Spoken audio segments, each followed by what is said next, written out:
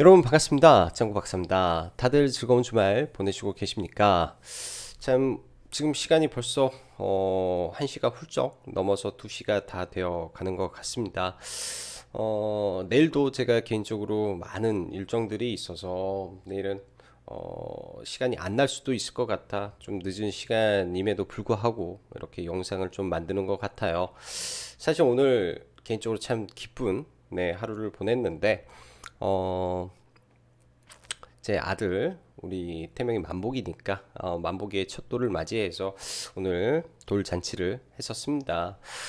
사실 매일매일 수십만 명의 코로나 확진자가 발생하는 과정 속에서 많은 고민을 좀 했었는데 코로나의 핑계로 또 바쁘다는 핑계로 시골에 계신 부모님들 그리고 뭐 이렇게 자주 찾아뵐 기회를 많이 없어서 부모님이 올라올 때나 이제 아들을 좀 보여드리고 그랬었는데 정말로 친지 분들 뭐 주변 사람들 이렇게 함께 할 수 있는 기회가 많이 없을 것 같아서 참 어려운 시국에도 또 이렇게 돌잔치를 했었는데 정말로 많은 분들이 와서 축복을 해줘 개인적으로는 참 기분이 좋은 하루였던 것 같습니다. 참 서두가 좀 길었네요. 개인적으로는 또 내일 또 많은 행사가 제가 좀 있어서 아침부터 그런 행사를 또 준비를 해야 되는 입장이다 보니까 오늘은 늦더라도 영상을 마무리를 좀 짓고 잠을 들어야 될 것 같네요. 자, 그럼 바로 시작해 보도록 하죠.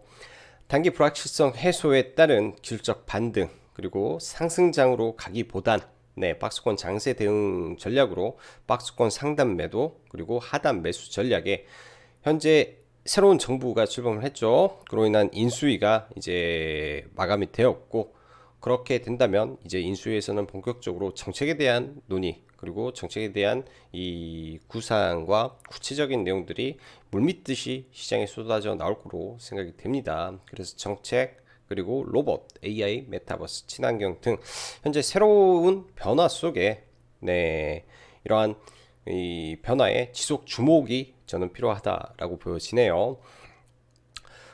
사실 1월달 선제적으로 금리 인상에 대한 우려로 미국과 한국 그리고 그 외 전 세계 글로벌 증시가 전부 다 급락을 좀 보였었는데 그 이후 사실 기술적 반등이 나와야 될 국면에서 러시아 우크라이나 전쟁 우려감에 시장은 다시 한번 급락을 했었죠.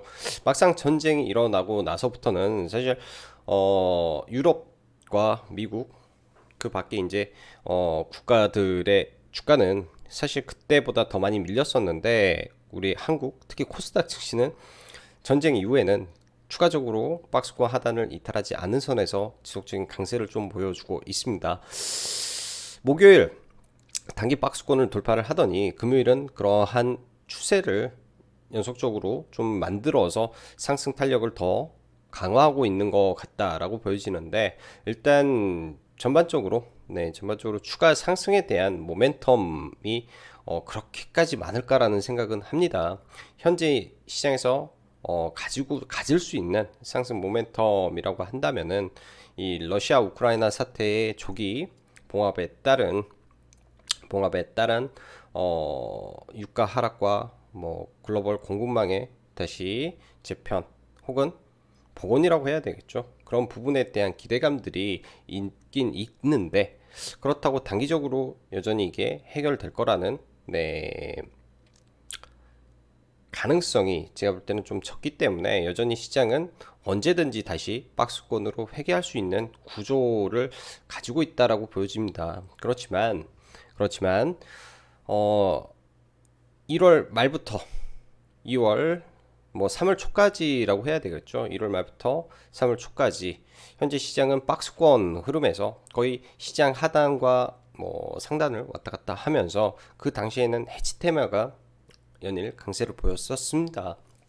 예를 들면 뭐 천연가스 관련주라든지 뭐 유가 급등에 따른 석유 그리고 곡물가 상승에 따른 이러한 곡물 관련주 그리고 철강 관련된 원자재 값 상승에 따른 철강 업종의 강세를 좀 보였었는데 지금은 이러한 자금들이 전부 다 빠져나와서 새로운 정부에 대한 정책으로 인한 원전 그리고 부동산 또 디지털 플랫폼 정부를 표방한 이 디지털 미디어, 그리고 뭐 AI, 메타버스 섹터, 또 삼성전자의 이 로봇 신사업 추진에 따른 로봇과 AI, 메타버스, 그리고 간밤에 나왔던 테슬라의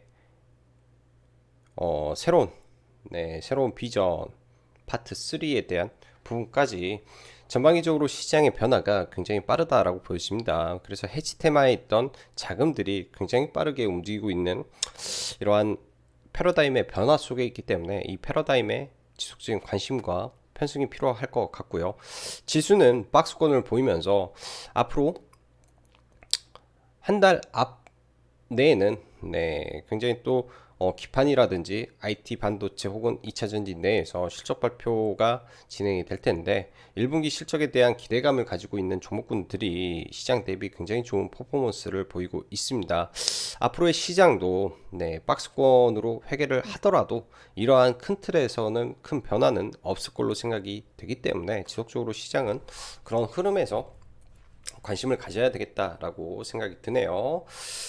매일 시장이 이번 주는 그래도 비교적 좋았죠. 그러다 보니까 상승 종목 수가 상당히 많았던 한 주였다라고 생각이 들고요. 박스권에 있던 혹은 저가를 이탈하지 않는 선에 있던 종목군들이 바닥에서 뭐 순간순간 급등하고 추세를 전환하려는 모습들이 이 낙폭과대 업종에서도 상당히 많이 보여주고 있는 아주 긍정적인 시장이 좀 연속됐다라고 보여집니다. 자, 간단하게 뭐 지수만 좀 놓고 보면요. 금요일날 원달러 환율이 1240원대에서부터 1200원 초반으로 이제 내려왔죠. 환율의 안정은 곧 외국인의 매도 규모를 축소할 수밖에 없기 때문에 단기적으로 외국인의 매도가 월요일날 많이 나오는지만 일단은 체크를 해보면 좋을 것 같고요. 그 밖에 뭐 간밤 미 증시가 굉장히 뜨겁게 상승을 해줬기 때문에 월요일날 국내 증시가 또 한 번 갭상승 출발을 할 가능성이 높지만은 이번에 추가적인 상승을 한다면 이따 차트를 한번 보고 말씀을 드리겠지만 미국 또한 단기 박스권 상단에 어느 정도 근접한 상태고 국내 코스닥 또 단기 박스권 상단에 어느 정도는 갭을 뜬다면 근처에 다다를 확률이 좀 높습니다. 그럴 경우에는 추가적인 상승보다는 일단은 시장을 약간 경계하면서 이제는 약간 경계하면서 단기 박스권 안으로 회개를 하려고 하는 모습을 보일지를 먼저 체크를 한 이후에 시장을 바라보는 전략이 좀 필요할 것 같습니다. 연속적으로 이틀 동안 시장이 갭을 들다 보니까 사실 그 시가가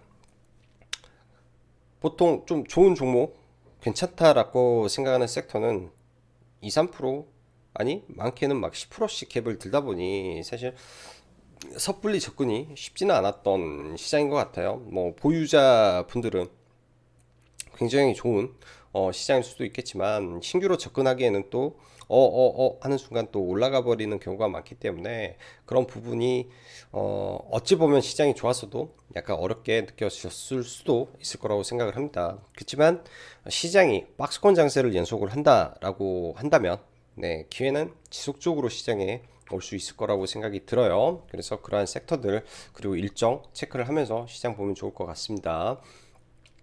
자, 미국 증시 먼저 좀 볼게요. 간밤 이제 국내 증시가 좀 마무리가 되었을 쯤 했을 때 저도 금요일 시장은 뭐 장 마감 동시에 더 이상 시장을 바라보지 않았기 때문에 나스닥 선물이 국내 증시 마감 이후 추가로 좀 밀리는 거를 확인하고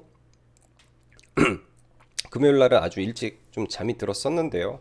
뭐 이 추가 상승은 아무래도 이 시진핑 국가 주석이 주석과 바이든 대통령의 통화에서 일단 미국이 중국에 강력한 경고를 보이고 그런 전반적인 상황은 안 좋았지만 일단 시 주석이 우크라이나의 사태가 평화적으로 해결되길 바란다.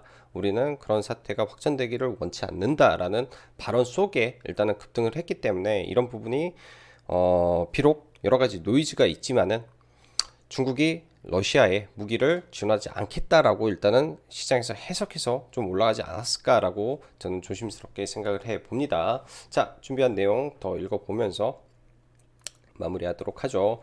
3월 셋째 주 증시는 말 그대로 불안의 등을 탄 상승세 연속으로 오랜만에 양봉이 연속으로 4거래일 동안 나온 한 주였다라고 보시면 될 것 같고, 수급 또한 그런대로 양호한 수준에서 마감이 되면서 여러 가지 불확실성이 가시는 듯한 모습의 코스닥은 단기 박스권 돌파를 이뤄냈죠. 박스권에서 많은 낙폭가대 종목들이 순환매를 돌면서 급등하는 섹터 종목군들도 상당 부분 많이 나온 양질의 증시 상황이 연출되었다라고 봐도 무방할 듯합니다.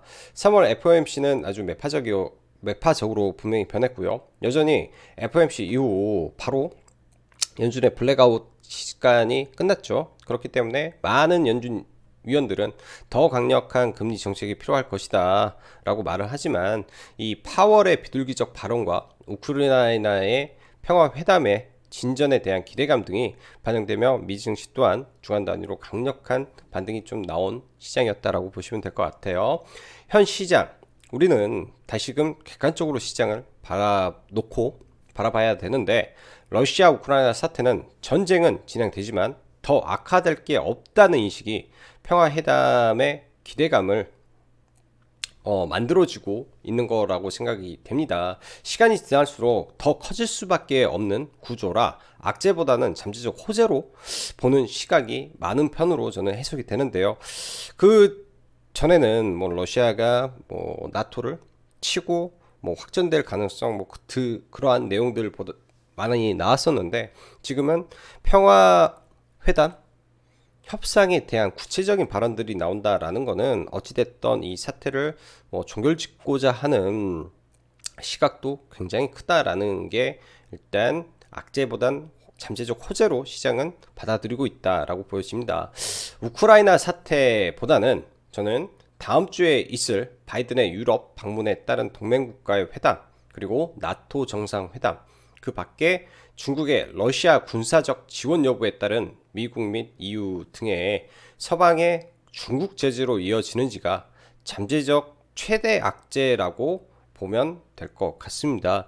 사실 중국이 미치는 전 세계적인 영향력이 매우 크기 때문에 이런 부분이 현실화가 됐을 때는 분명 단기 악재로 될 것 같고요. 이런 부분이 단기 악재로 된다면 다시금 증시는 박스권으로 하회하면서 당분간 또 어려운 시장을 볼 수도 있을 겁니다. 왜? 지금의 시장에서 러시아 우크라이나 사태는 끝나지 않은 현재 ING 진행 중인 사태라고 보시면 될 것 같고, 이 사태에서 뭐 전쟁으로 인한 시장의 급락이 아니라 추가적인 중국의 개입에 의한 시황 변화에 따른 급락이 나올 수도 있다 정도로만 보면 되고, 장중에 이런 흐름이 나오는지 그리고 뉴스가 나오는지는 지속해서 체크를 해보면 될 것 같습니다. 일단 지난 금요일 시장은 중국의 우크라이나 사태에 대한 관점은 평화적으로 해결되기를 바란다라는 메시지에 시장은 상승으로 화답하였는데, 미국 등은 여전히 지원을 한다면 강력한 제재를 가하겠다라고 경고를 하고 있고, EU 또한 마찬가지죠. 현재 시 주석과 바이든 대통령의 입장 차가 확연히 드러난 통화이기 때문에 시장이 추가적인 상승을 하기에는 이런 부분에서 오는 불확실성으로 인해 언제든지 다시 박스권으로 돌아갈 확률이 높다라고 보여집니다. 자, 그럼 정확하게 보면 뭐 물론 이러한 시황적인 부분보다도 뭐 종목이라든지 섹터가 올라가는 섹터가 분명히 있기 때문에 그런 쪽에 집중을 하는 게 맞는데요. 일단 시황이 우선이기 때문에 시황을 먼저 본다면, 지금의 증시 상황을 보면 코스닥의 2015년도 당시의 박스권 혹은 18년도 당시의 박스권 흐름을 예상해 보면 저는 될 것 같고, 이번에 만들어 놓은 저점에 이탈이 없는 선에서는 많은 종목군들이 바닥권에서 상승 시도를 하면서 지속적으로 반등을 모색할 가능성이 매우 높은 시장이다. 즉 투자하기에는 약간 불안할 수도 있지만은 나쁜 시장은 아니다라고 저는 판단이 됩니다. 다음 주는 상승에 따른 되돌림이 나올 것으로 보이고, 이러한 되돌림의 매수 기회로 지속적으로 시장을 대응할 예정이고요.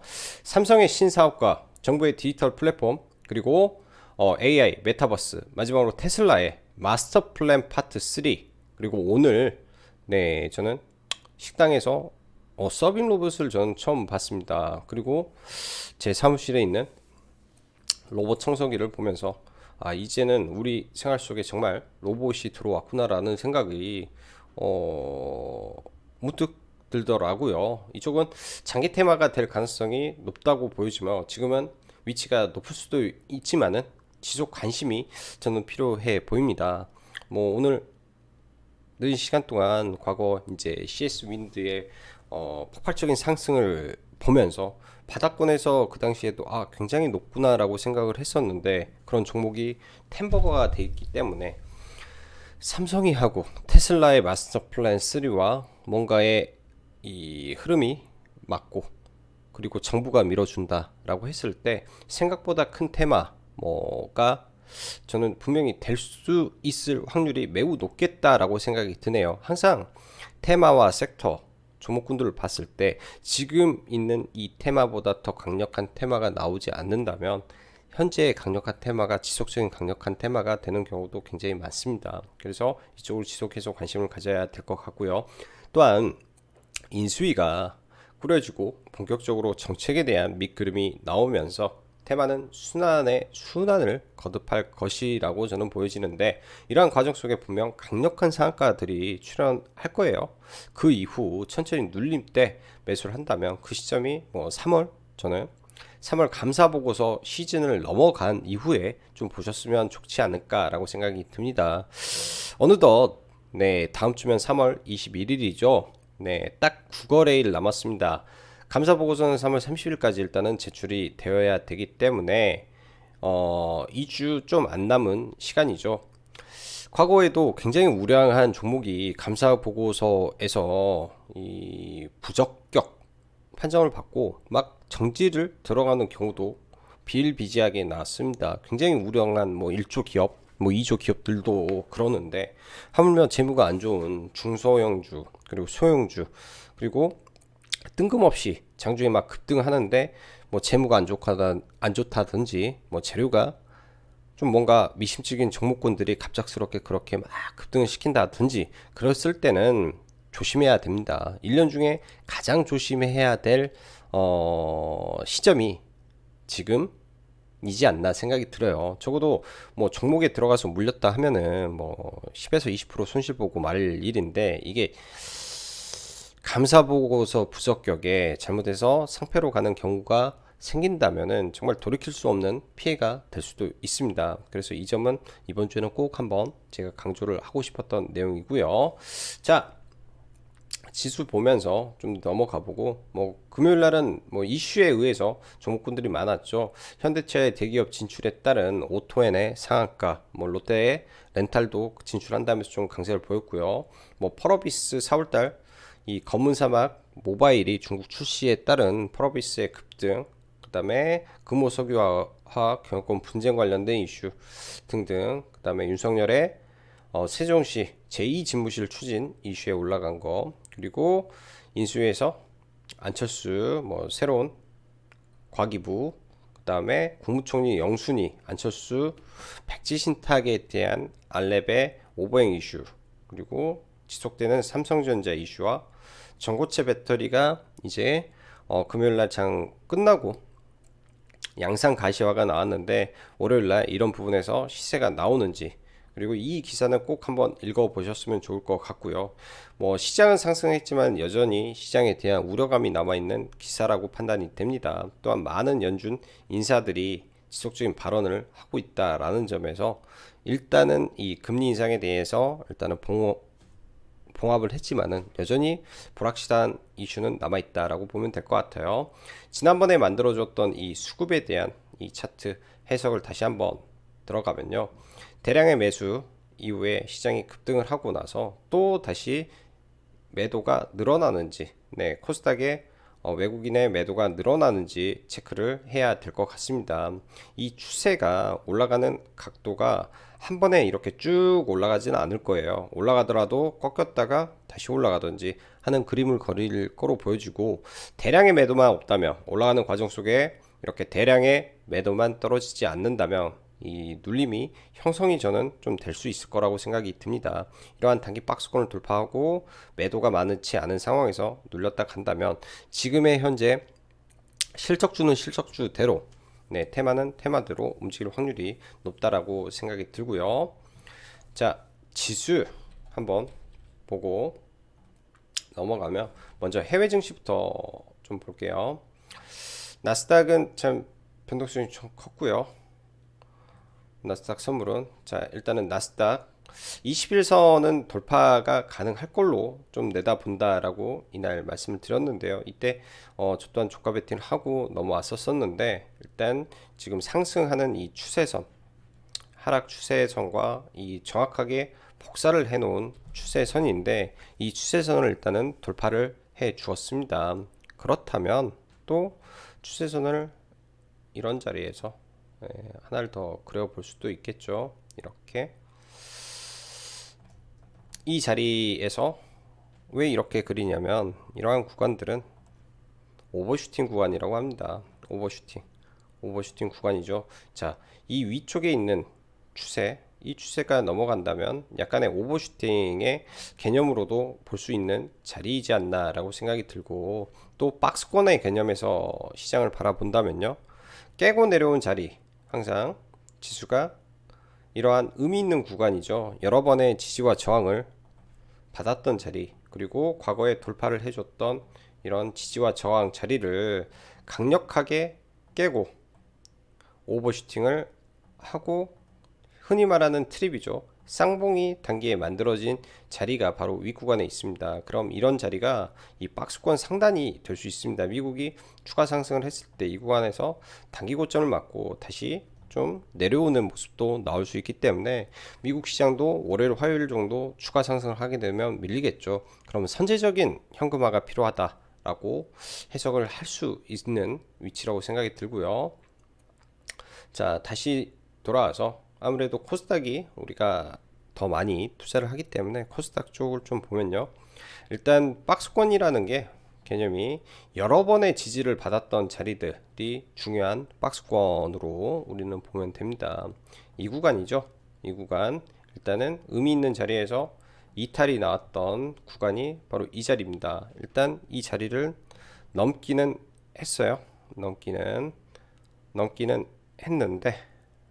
했는데 여기서 추가 상승을 할 때 위에 저항이 첩첩산중이라고 저는 생각을 합니다. 단기적으로는 950포인트까지는 보는데 이 구간에서 강하게 돌파를 해 줄지 추가 상승을 하더라도 여기서 이 자리까지 올라온다면 좀 보수적으로 여기서는 대응을 해야 되지 않나 라고 생각이 들어요. 지수적으로 놓고 봤을 때는 이런 자리에서는 보수적으로 생각을 하면서 다시 내려오는 거를 좀 기다려보는 부분도 필요해 보입니다. 아까 제가 2015년도와 18년도에 박스권 시장에 대한 이야기를 잠깐 드렸는데요. 이때도 시장이 단기적인 랠리를 보이면서 좀 무너졌던 자리입니다. 코스닥을 주봉으로 좀 놓고 보면요. 주봉에서 코스닥의 경우에는 이 21선의 이탈, 2015년도도 21선의 이탈이 있는 시점으로 박스권이 형성이 되고요. 2018년도에서도 21선을 이탈하는 순간이 박스권의 시작이 많이 됩니다. 이때는 미중 무역 분쟁에 따른 굉장히 좀 문제가 생긴 거고요. 이번에도 완벽하게 21선을 이탈을 했죠. 여러 번 이탈을 한 구간이 있지만은 이 자리에 이평선의 기울기가 하강으로 꺾이는 지점은 이게 처음입니다. 네, 20일에 상승 추세가 이어지고 이번에는 이평선의 하락 추세가 진행이 되고 있는 구간이겠죠. 지금의 시장이 이런 데드캣 바운스라면 어느 정도 시점에서 20일 이평선과 만나는 자리가 항상 일단은 시장을 경계하고 봐야 되는 지점이라고 볼 수 있는 거예요. 자, 다시 차트를 놓고 보면 21일 이평선을 깨고 이때는 시간이 좀 걸렸죠.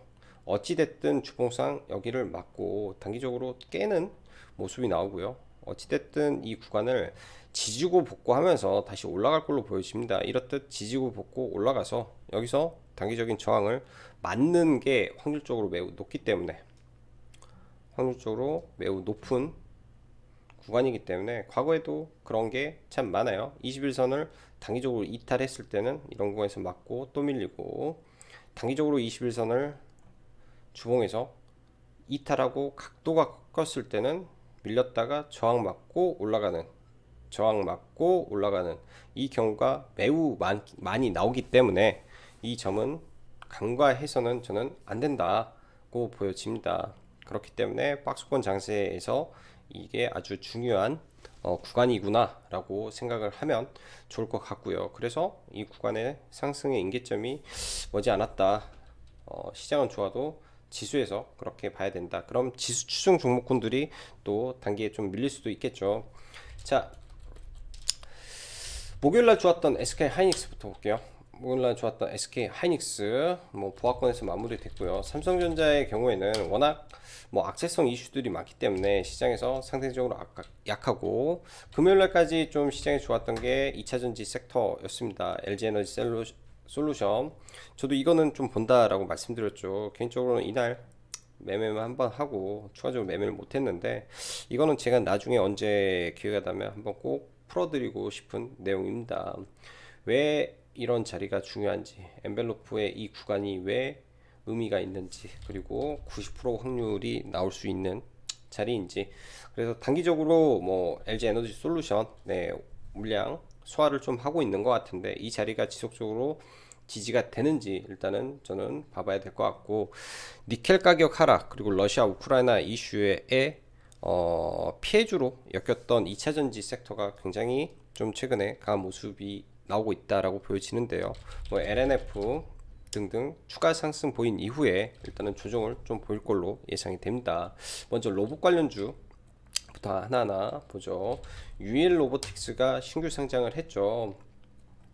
저도 아침에 이제 얘가 신규 상장을 하면서 다른 로봇주를 매매를 못했습니다. 일단은 첫째, 유일 에너지 테크 호가창을 띄워놨다가 컴퓨터가 멈춰버렸어요. 예, 컴퓨터가 멈춰서 저도 이거를 시가에 좀 사야지 하고 시장가로 걸면서 컴퓨터가 멈추는 바람에 나머지 저희 종목군들 대응도 좀 못해서, 아무튼 금요일날 여러 가지로 좀 어려웠던 시장이었습니다. 저는 개인적으로 여러 가지로 어려웠던 시장이고, 이거는 지금 타점이 시간이 좀 넘어서 안 나오는데요.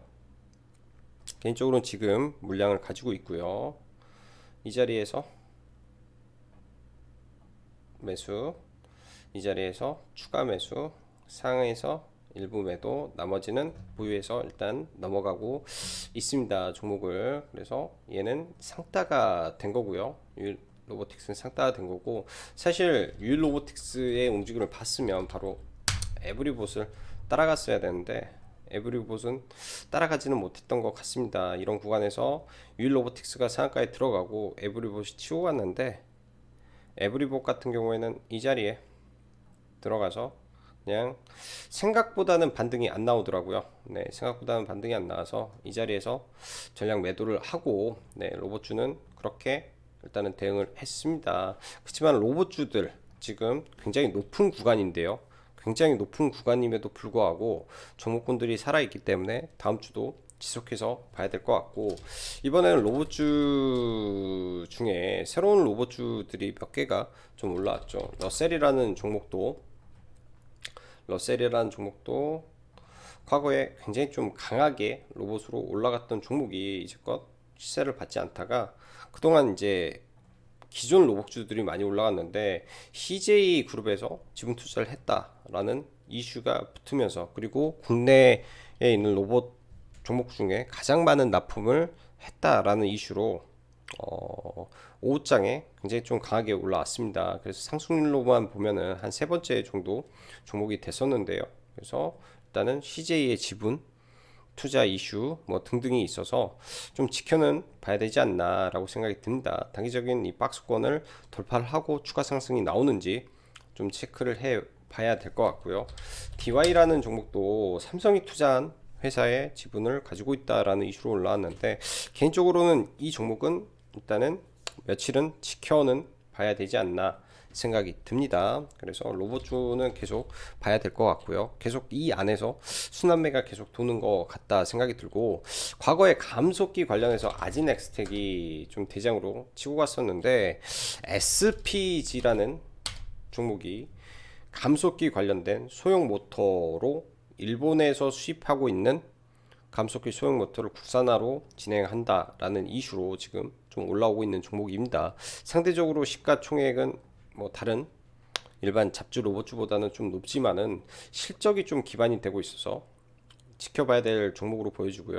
수급주 성격을 좀 띠는 듯하다 생각이 드네요. 항상 보면은 뭐 여기서 더 급등을 하게 된다면 돌파를 해버리든지, 차라리 급등할 거면 돌파를 해버리든지, 아니면 눌림에서 공략을 하는 전략이 필요해 보이는 종목으로 좀 보여집니다. 자, 그래서 로봇주들은 추가적으로 계속 봐야 될 것 같고요.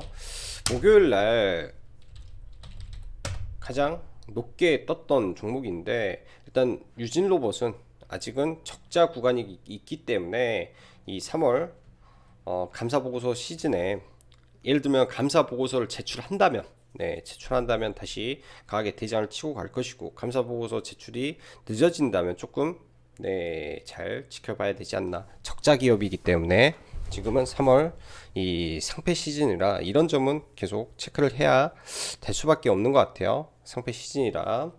그래서 이런 부분 또 같이 체크를 해 봐야 될 것 같고요.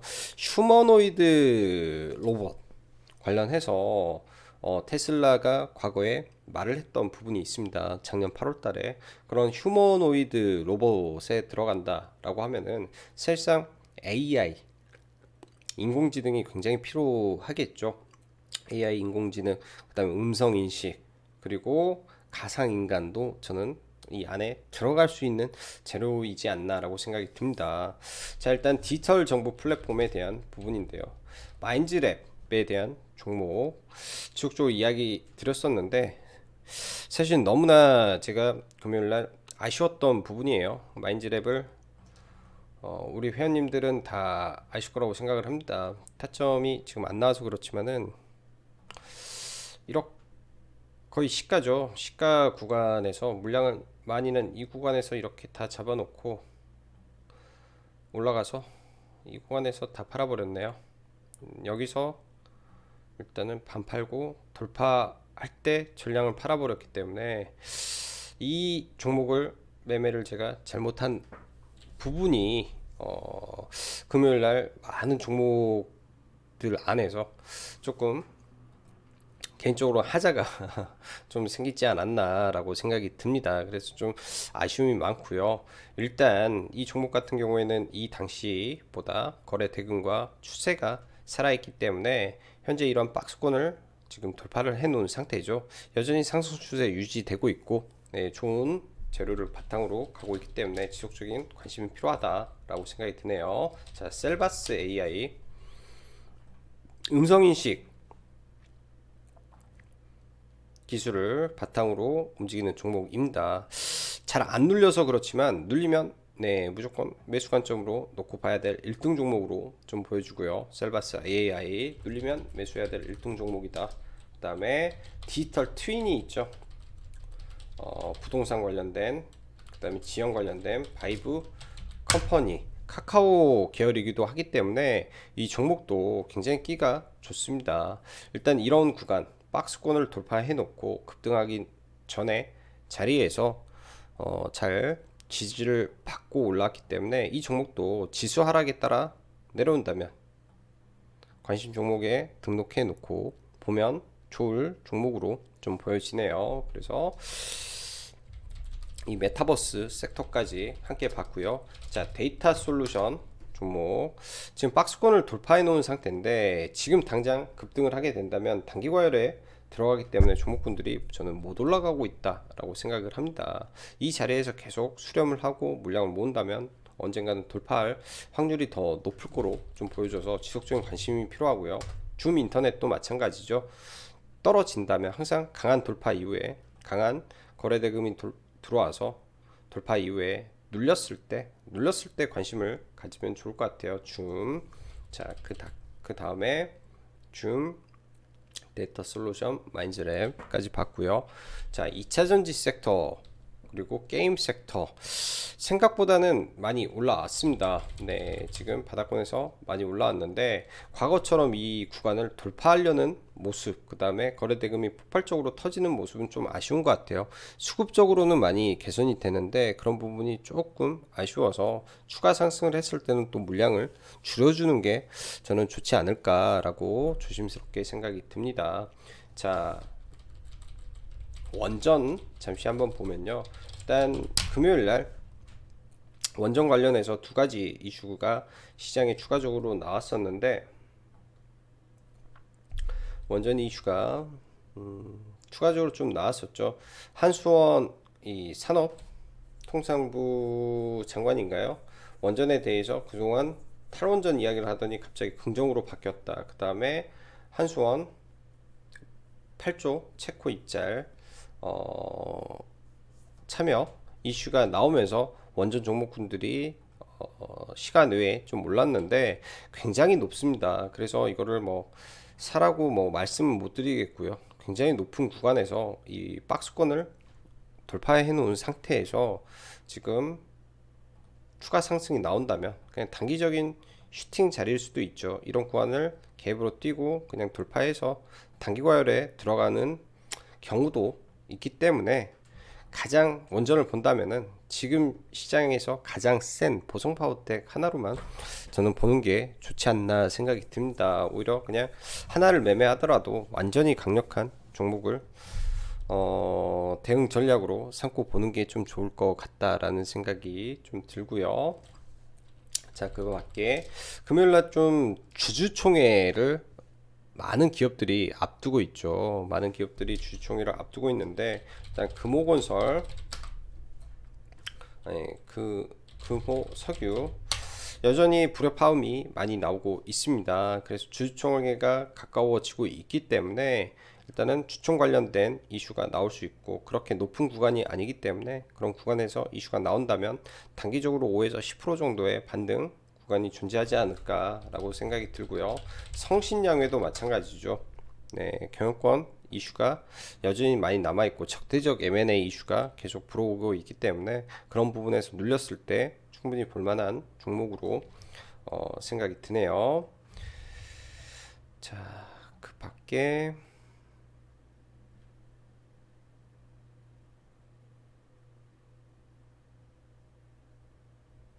친환경 섹터 금요일 날은 일단 CS 베어링이 폭력이 좀 먼저 움직였는데 시장 수급이라든지 실적적인 측면에서는 1분기에 OCI가 상대적으로 타 종목군들 대비 실적이 굉장히 양호할 가능성이 저는 매우 높아 보입니다. 단기적인 박스권을 돌파하려는 흐름을 보이고 있기 때문에 예를 들면은 이번에 실패한 121선 돌파를 못했는데 이걸 돌파하는 흐름이 난다면 박스권 돌파의 흐름이 나올 수 있는 종목이다 라고 보시면서 대응하시면 좋을 것 같고요. 뭐 보유하신 분들은 뭐 지속 홀딩 관점이고 신규 입장에서는 이 구간을 돌파하는 흐름에서 그냥 편성해서 매매하는 전략이 저는 좋아 보인다라고 생각이 듭니다. 그 밖에 수소가 약간 꿈틀꿈틀 하고 있는데요. 수소는 대장주 위주에서 평화산업도 왜냐하면 모든 이 친환경 섹터가 다 순환매를 보였었는데 수소만 유독 순환매가 안 나왔죠. 근데 이번 정부에서 사실 원전 결합 수소 그리고 수소에 대한 부분에서는 폭력이라든지 이쪽보다는 덜 보수적으로 보는 것 같아요. 수소는 뭐 민주당 그리고 국민의힘 전부 다 OK인 섹터다 보니까 하방보다는 상방이 더 열려 있을 가능성이 높습니다. 그래서 친환경 섹터에서 수소도 이제는 관심권에 놓고 봐야 될 것 같고 대표적인 대장주는 평화산업, 동아화성 이렇게 문을 열어놓고 좀 보시면 좋을 것 같아요. 자, 다음 한 주도 시장 잘 대응하시는 한 주 되셨으면 좋을 것 같고요. 시장이 추가 상승을 하더라도 이 다음 구간부터는 약간은 주의를 해야 되는 구간이 머지않았다 정도로 압축해서 시장 바라보시면 좋을 것 같습니다. 자, 오늘도 시청해 주셔서 감사하고 여기까지 짱구 박사였습니다. 감사합니다.